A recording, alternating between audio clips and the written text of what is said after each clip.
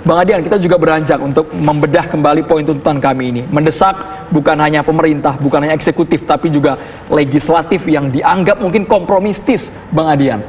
Regulasi-regulasinya yang dianggap sangat mudah sekali. Semuanya perlu dengan pemerintah, tidak ada versi atau porsi yang berimbang. Ya menurut saya, kalau itu harus diuji, dan ngujinya tuh gampang.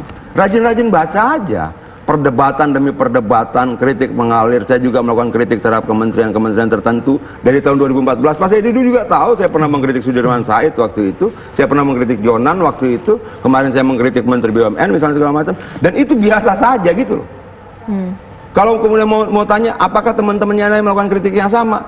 Bisa berbeda-beda yang dikritik. Materi bisa berbeda-beda. Kenapa? Ada 575 kepala di DPR, dan semua punya hak yang sama untuk berbicara. Nah tinggal kita susun saja satu persatu. Kalau dianggap DPR misalnya terlalu kompromistis, gitu loh. Tapi kan kalau kemudian ada undang-undang RUU disampaikan pemerintah lalu DPR bersetuju, lalu apa? Untuk menunjukkan bahwa kita kritis harus kita tolak begitu? Kan tidak juga gitu loh. Nah ini yang menurut saya juga harus diuji. Ada 10 poin tuntutan segala macam, kita uji saja. Ada nggak progres langkahnya, ada nggak kebijakan yang dibuat, ada nggak aturan yang dibuat oleh pemerintah untuk mempercepat misalnya penyelesaian COVID, mempercepat misalnya krisis ekonomi dan sebagainya. Nah itu kan bisa diuji. Iya, kita tahan dulu dialognya, kita akan lanjutkan usai kumandang azan maghrib untuk wilayah DKI Jakarta dan sekitarnya berikut ini. Kita lanjutkan dialog, saya ingin ke Bang Said Didu. Real dari tuntutan kami ini apa, Bang Said? Mohon ulangi apa? Konkretnya dari tuntutan kami. Saya pikir sangat jelas itu 8 poin kan. Mohon maaf ini bukan terganggu, lagi azan di masjid dekat rumah saya. Jadi sudah sangat jelas 8 tuntutan tersebut. Jadi tinggal dibaca yang jelas bahwa intinya semua aspek sudah ditulis di situ. Yang saya bisa ingat bahwa satu itu adalah ideologi yang digunakan adalah ideologi Pancasila yang dirumuskan 18 Agustus 45. Di luar, bukan yang di luar itu. Tentang ekonomi sangat jelas, sudah sangat jelas di batas 8 tuntutan itu. Bang Said Didu, artinya kalau tidak dipenuhi tuntutan ini kepada pemerintah, artinya apa yang akan dilakukan kami? Saya katakan tadi bahwa kami ini kan adalah menyalurkan aspirasi rakyat. Kami serahkan kembali kepada rakyat. Kami sudah memperjuangkan tuntutan aspirasi, dan saya katakan kenapa sih kami ini muncul, karena kami berpandangan bahwa sudah terjadi oligarki kekuasaan yang sudah mengabaikan suara rakyat yang mengarah ke sana. Jadi parlemen boleh menyatakan bahwa parlemen satu orang bicara, tapi kita tahu sekarang bahwa seakan-akan apapun yang diinginkan pemerintah itu pasti diketok oleh DPR. Itu berbagai undang-undang dilahirkan lewat perpu dan pasti disetujui DPR. Jadi ini kita was-was sekali, dan kemarin kita was-was sekali pada saat muncul undang-undang BPIP yang sudah mereduksi Pancasila 18 Agustus menuju Pancasila 1 Juni. Itu menurut kami sudah sangat sangat membahayakan pondasi kehidupan berbangsa dan bernegara yang sesuai dengan para pendiri negara, yang diinginkan para pendiri negara. Dalam ekonomi juga begitu. Kita tahu bahwa undang-undang Minerba dilahirkan di tengah-tengah COVID dengan jalur cepat. Itu kita tak, jadi oligarki kekuasaan sedang terjadi, dan sementara di politik ya sudah berkembang biak politik dinasti. Jadi itu juga kita harus kritisi. Jadi hal-hal ini adalah kritikan kepada rakyat. Jadi kalau ditanya, kalau tuntutan kami tidak dipenuhi, ya kami itu adalah tuntutan rakyat. Kami serahkan kepada rakyat apa yang kira-kira yang rakyat inginkan. Apakah poin dari kami ini sudah begitu besar sekali melihat celah fungsi pengawasan pada DPR sehingga kami perlu berteriak saat ini?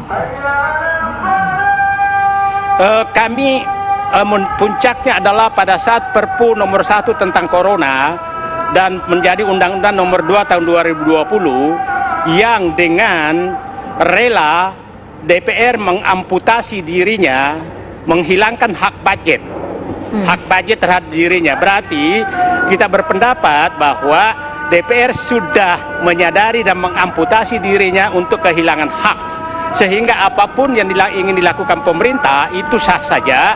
Kita lihat di perumusan undang-undang APBN 2020 itu dana COVID mulai hanya 400 triliun, kemudian naik ke 600 triliun, sekarang naik 900 triliun. Demikian juga utang, rencananya 350 triliun, kemudian naik sekarang menjadi 1.100 triliun. Dan DPR diam saja karena sudah mengamputasi dirinya. Jadi yang kita was-was adalah terjadi otoritarian bagi negara yang apapun keinginan penguasa atau oligarki kekuasaan itu akan dilakukan lewat mekanisme Perpu. Jadi, mekanisme Perpu ini sudah berkali-kali dipakai. Ya, kalau disampaikan kan begini, dikritiklah DPR.